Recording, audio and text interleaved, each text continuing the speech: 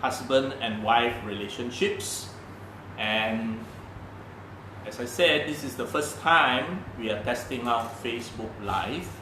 If anyone on the internet who is watching this wants to make comment or ask question, please WhatsApp to Brother Jusing, because I won't be able to receive the comments here, neither can I see it on Facebook. I've asked the people here to off the sound in their Facebook, because if not, we will get feedback.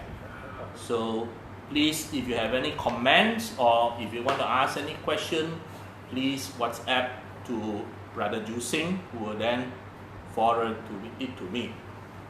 Now, the Buddha in his teachings of 45 years actually had a lot of teachings with regards to the husband and wife relationship.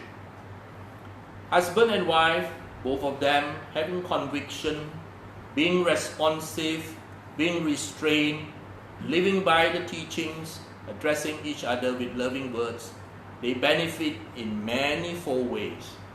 To them comes bliss. This is one of the teachings of the Buddha. Now, in Buddhism, marriage is a personal obligation. And of course, sometimes it is also a social obligation. From the Buddhist viewpoint, marriage is not compulsory. You have the freedom to either get married or to remain single. There is no compulsion within Buddhism for anyone to say, I must be married. And the institution of marriage has come about so that society guarantees the perpetuation of the human species and also ensure that the young people who are now the result of this marriage are cared for. So the institution of marriage is actually something which evolved culturally because society needed it. It needed people to not look at having children and having sex as something very light-heartedly, but that you must be responsible. So children born out of this responsibility of the partners involved have to be taken care of, at least until they are grown up. And in many a times, even after they grow up, we still take care of them. And marriage is this institution which has been evolved to take care of this matter. Now, falling in love. Now, when people fall in love, please note the word fall. Nobody walks rationally in love. Nobody analyzes rationally in love. You fall in love. And when you are falling in love, you show only the very best aspects of yourself to each other. That's why you put makeup, you put nice perfume, you wear nice dress, and you go to candlelit dinner where you cannot see all the pimples. Love is blind, it is said. And hence people tend to become completely oblivious to the darker side of each other's nature until after you get married. And then the romantic mood wears off and the true nature of each other's character becomes revealed. To commit to another person is to embark on this journey. In the beginning, you have a beautiful image of your partner, the image that he or she chooses to project. And the reality is you marry an image rather than a person. But when you live with each other, you begin to discover the reality of the person, which doesn't quite correspond with the image that you have of him or her. And to keep love alive, to keep that marriage going on, one has to be wise and patient so that it can last. And this is where the Buddha's teachings will come in. I understand Ru from Adelaide is in. Welcome. I hope this message will help you and your hubby because you are now new in marriage. So realities, love cannot subsist on fresh air and sunshine. When poverty knocks at the door, love flies out through the window. So you have to be realistic. Buddhist texts do make it clear that men should be limited to one wife, satu Yat Ko. And women should be limited to one husband. And it is very clear in the Buddhist precepts and teachings that neither should stray from the spouse. Now, Nakula Pita and Nakula Mata. Mata mother, Pita father. Nakula Mata and Nakula Pita are two lay disciples of the Buddha. So Nakula Pita literally means father of Nakula. Nakula Mata means mother of Nakula. It's very common in the Indian culture that you become named after your son. So you are Ruma, with your daughter's name and then mother behind. It's very common. When I was small, my mother was named literally after me. Onma, my neighbors would call that. So it's common in our cultures. And so Nakula Pita, the father, once told the Buddha, right in the very presence of his wife, and theirs was an arranged marriage. Nakula Pita told the Buddha, Lord, ever since Nakula Mata was brought to my home when I was a mere boy, and she a mere girl, I have never been unfaithful to her, not even in thought, let alone in body. Now, how many of the men here can make such a similar statement and not blink? But such is the standard of fidelity that is given to us. Before we go further, we must realize what is the status of women. The Buddha lived at least 2,600 years ago, at a time in India where women had no status. But the Buddha put the status of women as equal to that of men. The Buddha was the first religious teacher to allow women equal standing as the men, to allow women ordination. It was the first religious order that had women. So one day King Pasenadi of Kosala, who was a follower of the Buddha, when he was with the Buddha, he received news that his queen, Queen Malika, had given birth to a daughter. And the king, King Pasenadi, was not happy at all because he wanted a son. And the Buddha was recorded to have told King Pasenadi, some women are better than men, O king. There are women who are wise and good, who regard their mothers-in-law as goddesses, and who are pure in word, thought, and deed. They may one day give birth to brave sons who will rule a kingdom, a country. So, he consoled King Pasenadi that you must not look down just because your wife has given birth to a girl, because a girl can be worth more, if not equal to that of a boy. Now, marriage in Buddhism is considered a secular matter. That is why monks do not conduct marriages. There is nothing in the Vinaya that talks about monks conducting a marriage. So marriage is usually conducted by lay people, after which, if there is resident monks, the monks will be invited to come so that the bride and the groom can make an offering, and the bride and the groom can receive a blessing from the resident monks. Nakula Mata and Nakula Pita were two laypersons that we mentioned earlier, and there are a few suttas which are attributed to their conversations and discussions with the Buddha. And in one called the Samajivina Sutta in the Anguttara Nikaya, they spoke to the Buddha about how they can be a couple that is well matched, not just in this life, but even in a future life. So basically what Nakula Mata and Nakula Pita told the Buddha is, we are husband and wife, we have been arranged to have a marriage since young, we have never been unfaithful to each other, we are both followers of the Buddha, and Lord, we want to know now, how can we become husband and wife even in the next life? So there are many couples here, 1, 2, 3, 4, 5, 6, 7. If you want to be husband and wife even in your next life, this is what you must do. Of course, if you don't wish to be husband and wife in your next life, you do the opposite. So the Buddha taught Nakula Mata and Nakula Pita 4 things, and I hope you learn it well, because everyone in this room seated together are students of the Buddha, and all of you are husband and wives. For the overseas audience, everybody here tonight is a couple, except for one girl and one boy.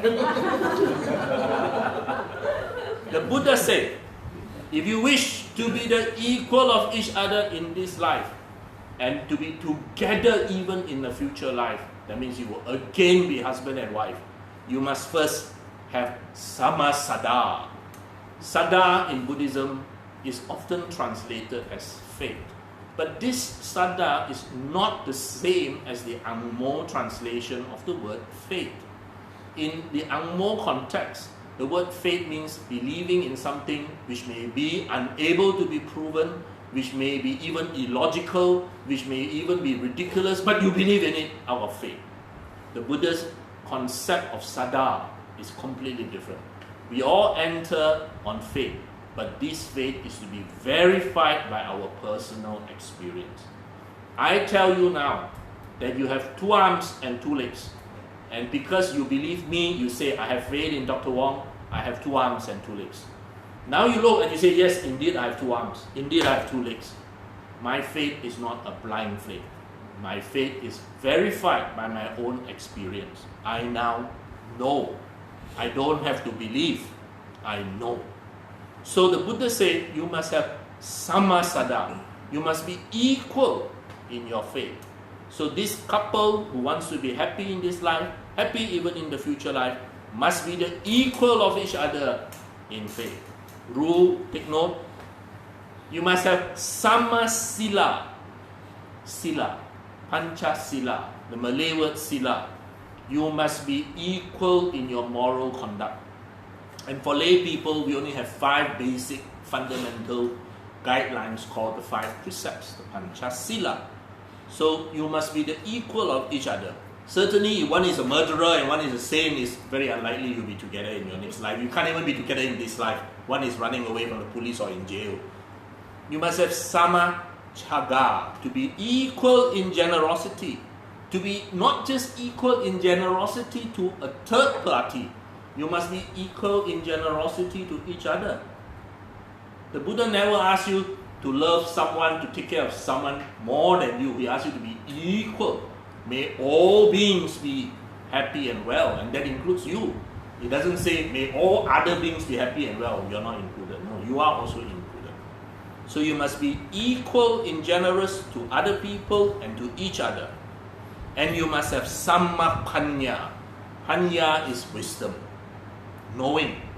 So when you have these 4 things, which are the equal of each other, then you have set the conditions, not only to be very happy and together in this life, but to be very happy and together even in a future life.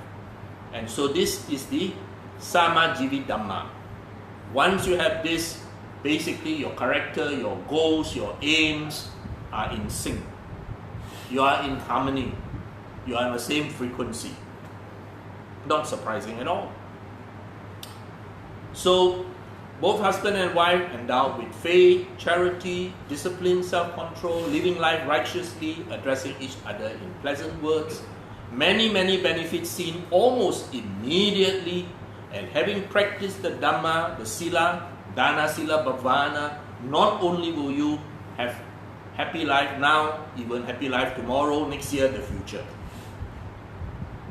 So if you wish to be together again, and if you wish to renew your relationship, then you must create the cause for it. Okay? And the Buddha said that the strong affinity 2 persons feel towards each other might be explained by them having had a strong love in a previous life, by living together in the past, and by affection in the present. Love is born as surely as a lotus is born in the water. So can marriage go beyond the death? The answer is yes. And this summarizes what I had put up earlier.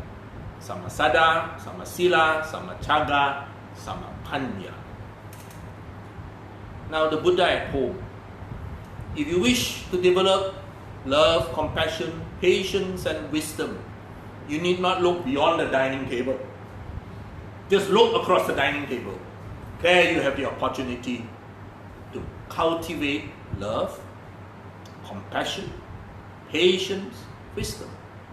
And a committed long-term relationship can enhance your spiritual development mutually, and your relationships can be transformed by this spiritual practice. Let me put it this way, and I'm sure it's the same for every one of the couples here. The woman I married long time ago is completely different from the woman I'm going to sleep with tonight.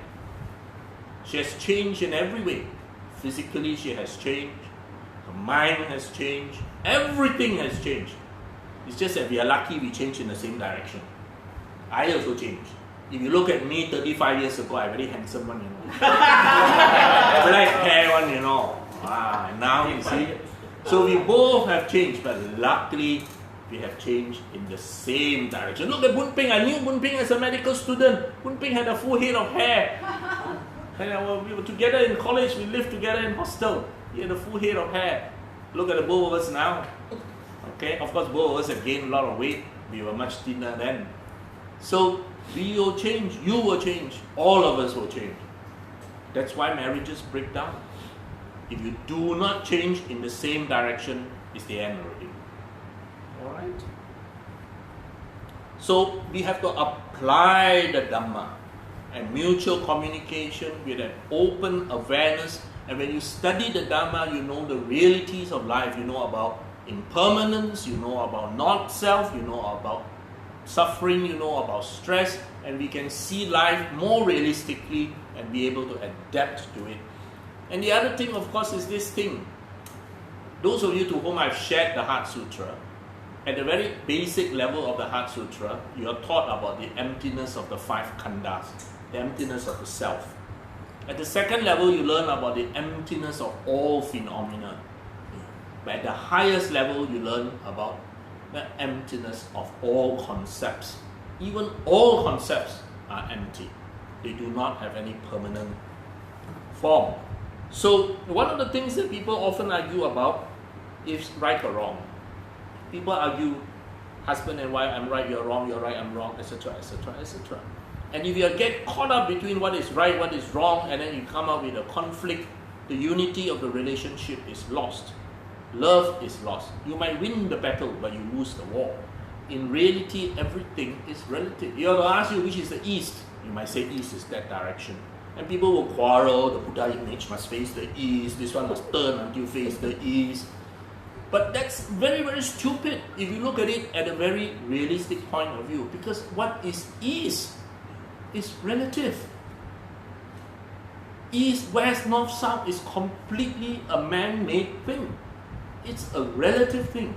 What is east to you is west to another person. Alright? Because it is home. It does not have a self-nature. So you may argue that direction is east, but from someone from that direction, this is west. Alright? It is home.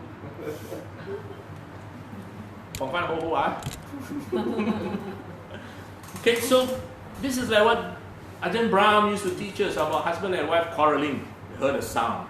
Husband say, that's a duck. Wife say, no, that's a chicken. Then they quarrel. There's a duck, there's a chicken, there's a duck, there's a chicken. We go there and see, there's a duck, there's a chicken. In the end, what does it matter whether it's a duck or a chicken? It makes absolutely no difference whether it's a duck or a chicken. But you have already spent half an hour quarreling and the next 24 hours not talking to each other. So, knowing the Dhamma helps us to adapt to this. So, rule when you go to the park, whether it's a swan or whether it's a chicken, whether it's a duck, makes no difference. As far as the Chinese is concerned, is it edible?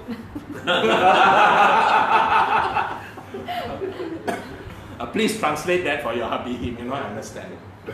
So no matter how much you love your partner, please remember you cannot take away your partner's pain.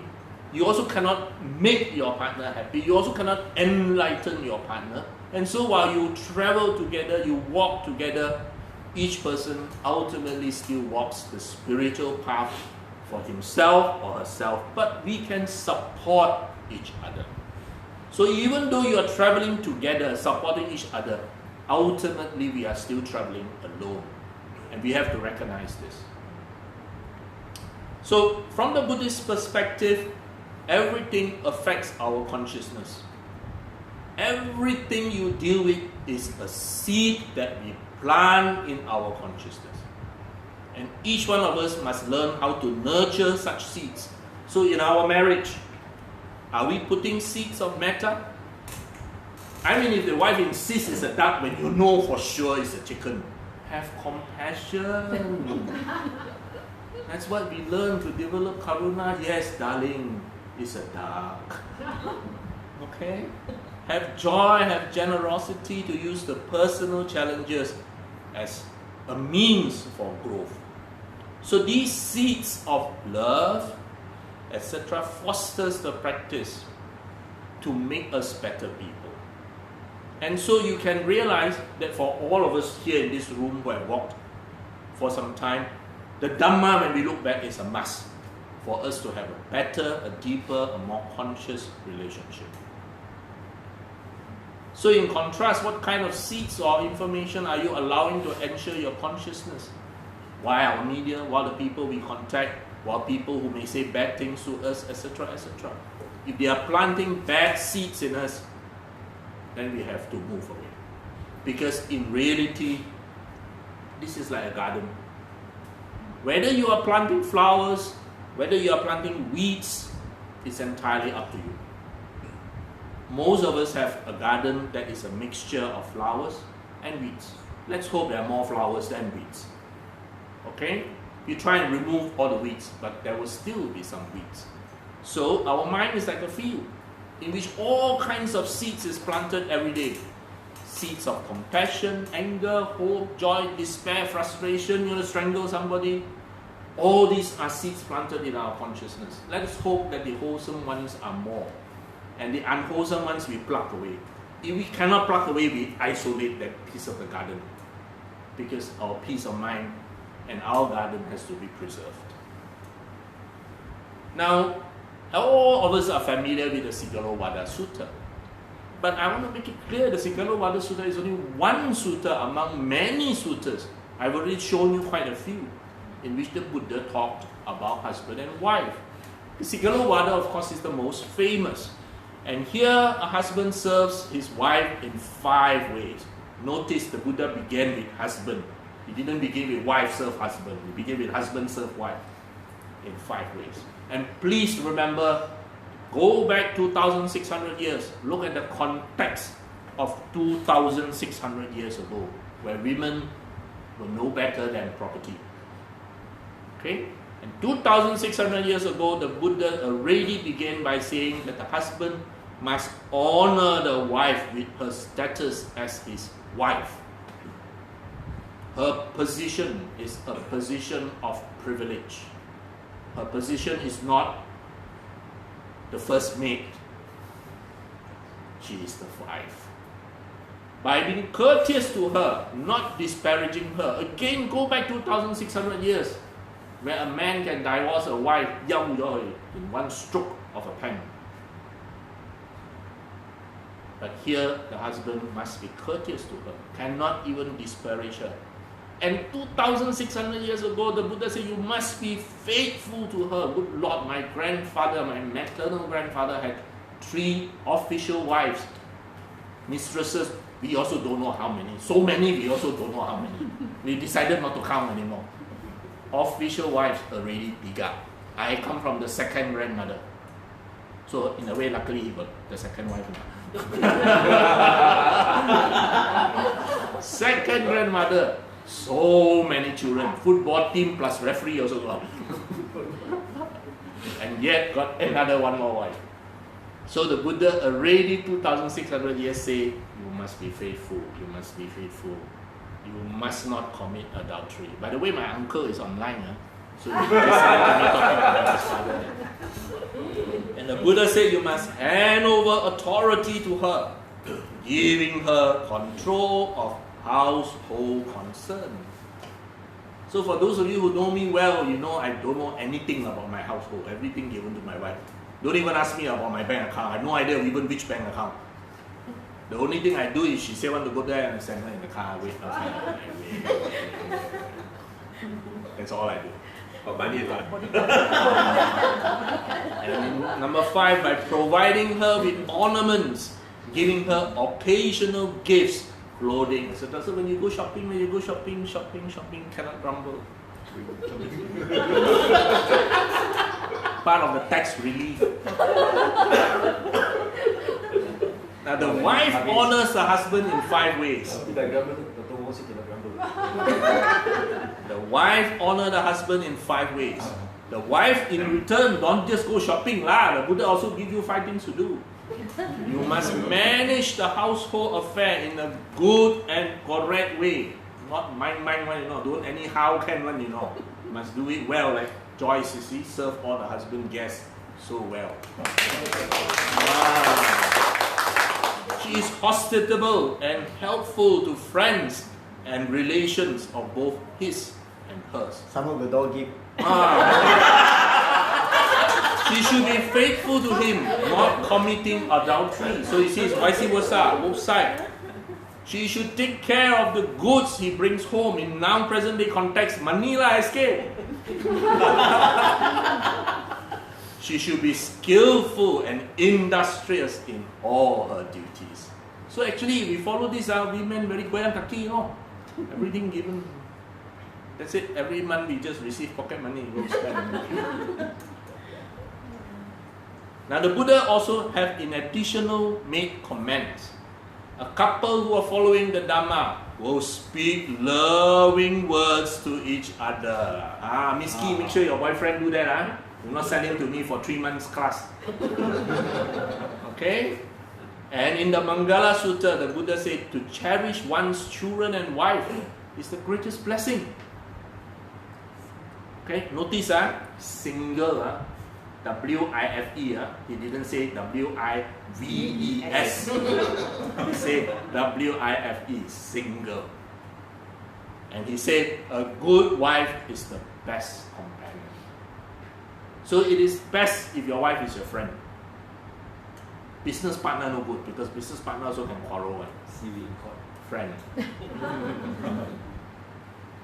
Compatibility. Would you believe in the Parabhava Sutta in Samyutta Nikaya, the Buddha even warned concerning compatibility. The Buddha warned of the peril of one chikopek old man bring home a young girl as wife. Even this the Buddha brought to attention. Now very common, people get from China, chip chip, Vietnam, chip chip, Cambodia, chip chip. When an old man takes a wife, a vigorous young girl, and cannot sleep because of his possessiveness for her, this leads to his downfall. So you must be compatible lah. Now the 4 Brahma Viharas, all the time we talk about the 4 Brahma Viharas, but the 4 Brahma Viharas must also be practiced within marriage. So if we talk of metta, we must have metta for the wife. We talk of karuna, we must have compassion for the wife. You talk of sympathetic joy, then yes, you talk of upeka, yeah. So the birth of a human being is not the beginning, but a continuation. And we have all, when we are born, we have all these different seeds. Goodness, metta, etc. Not very nice seeds also got. And whether these good seeds or bad seeds depends on how we cultivate, then they will bloom or not bloom. Alright? And your wife, your husband is the one person you're seeing from the minute you open your eye in the morning to the minute you close your eye at night when you sleep. What better person to help you walk this path? Now, some questions. Not I write one, taken from the internet.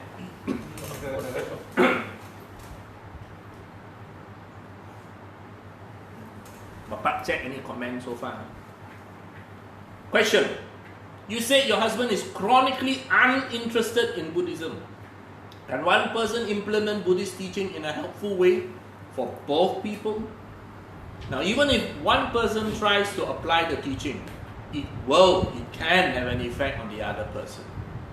That always makes people think, but like that, I die lor, I become so good, so kind, then the fellow bully me lor, I become doormat lor. Typical people thinking lah. But no, that doesn't happen. It usually doesn't mean that. In fact, it will be infectious on the other person.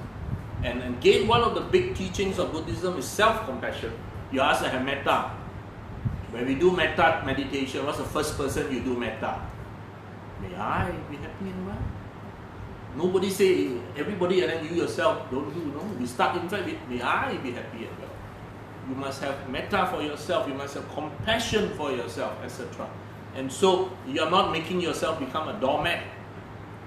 Yeah, you're kind, you're assertive, you're compassionate, but you're not stupid. And so you will be treated respectfully. Is there one principle people can take home from Buddhism for relationship? Two things. One, self-compassion. All that we say you must do to others, you must also do to yourself. And the second, mindfulness. So many of our thoughts are very mindless thoughts, but they do not need to come out into action. So sometimes your husband or wife do something and you want to strangle the man, you say, what the hell did I marry this girl? But then it's just a rising thought. It doesn't get translated into action. You learn in Buddhism, your thoughts are not you. Your thoughts come into being because of causes and conditions. Alright? So mindfulness is not asking you to change those thoughts and suddenly become a saint, but it is always a reminder to you to be aware of your thoughts.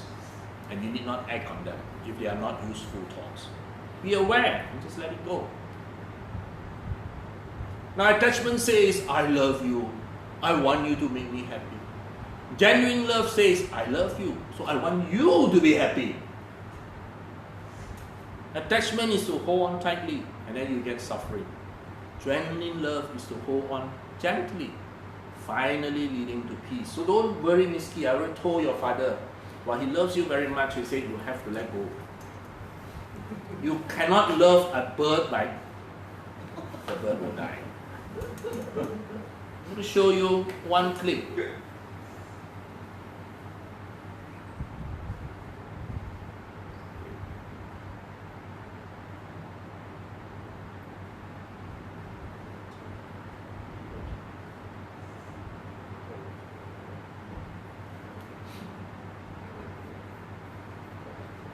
The sound on audio. Problem is always that we mistake the idea of love for attachment. You know, we imagine that the grasping and clinging that we have in our relationships, that we love, whereas actually it is just attachment which causes pain, you know, because the more we grasp, the more we are afraid to lose. Then if we do lose, then of course we are going to suffer. I mean, genuine love is, well, attachment says, you know, I love you, therefore I want you to make me happy. And genuine love says, I love you, therefore I want you to be happy. If that includes me, great. If it doesn't include me, I just want your happiness. And so it's a very different feeling. You know, attachment is like holding very tight, but genuine love is like holding very gently, nurturing, but allowing things to flow, not to be held tightly. The more tight we hold on to others, the more we will suffer.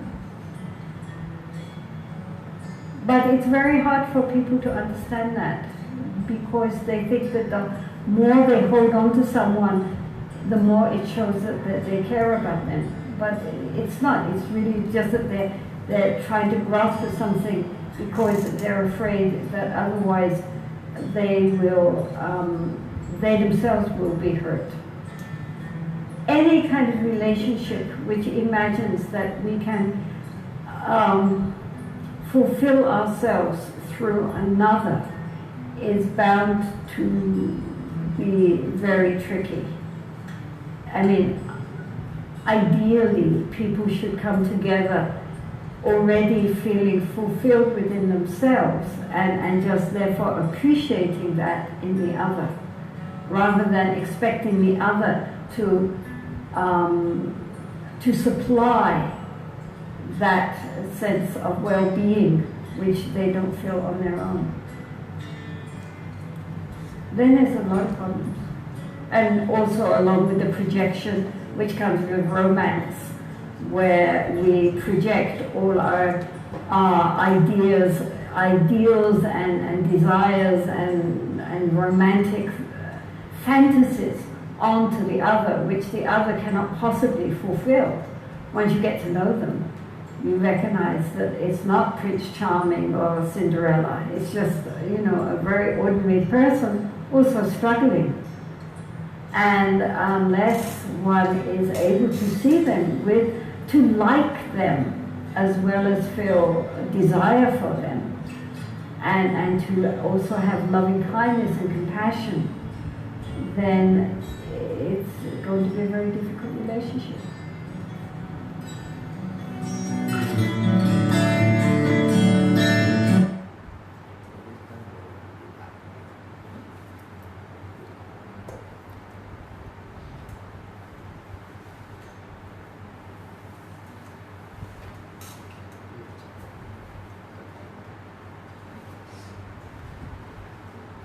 So, the word Sangha. Very often, when we say the word Sangha, our minds immediately go to a group of monks. But do you know that the word Sangha actually does not mean monks? The word Sangha merely means a community or a group. So if you see a big group of pigeons together, that's a Sangha. It's a Sangha of pigeons. You see a group of people seated for dinner, that's a Sangha. There's a group of people having dinner. So when we use the word Sangha, we very often just think along a group of monks or nuns. But actually Sangha just means a community or a group of people. So when you have succeeded with yourself and with your beloved, Brother SK, Sister New, you actually become a Sangha. You are now a community of two persons. And now, your example as a successful Buddhist couple, Buddhist marriage, can inspire a third person, your daughter, and a fourth person, your son-in-law, so on and so forth. Our actions speak so loud that words cannot be heard. The best way to share the Dhamma is not in I metta you, I metta you, I metta you. Do one single act of metta that is 100 times better than 1,000 times you say I metta you, I metta you, I metta you. Metta is a verb. It's not a noun. Okay? So in this way your Sangha will grow. And this is mutual understanding between you and your beloved. And when mutual understanding is there and communication is good, then happiness is possible and the two of you will become a living example for others. Now the Venerable Thich Nhat Hanh teaches, you and your partner each have a garden. But the two gardens are connected. And he uses an example, your left hand and your right hand. You have this right hand, you have this left hand. Have you ever seen the right and left hand fight with each other? Okay? And if your left hand is painful, what does your right hand do? Vice versa. Right hand painful, what does the left hand do? Vice versa. So, you and your husband, you and your wife, it's like the left hand and the right hand. One may be right, one may be left, but you're still together. So they will help each other. They may act independently, but they will not fight. So I shared this, taking material from some of these books, many of them, from Waking Up Together, which all of us do, to perfect love, imperfect relationship, to Buddhism for couples, to of course Thich Nhat Hanh, seeds of love. All those that you hear me mention about planting seeds and gardens is from Thich Nhat Hanh. And pay respect to your partner because he or she is a potential Buddha. Your spouse is your in-house Dhamma teacher. Your spouse is your teacher. And a very good one. So this is my last slide.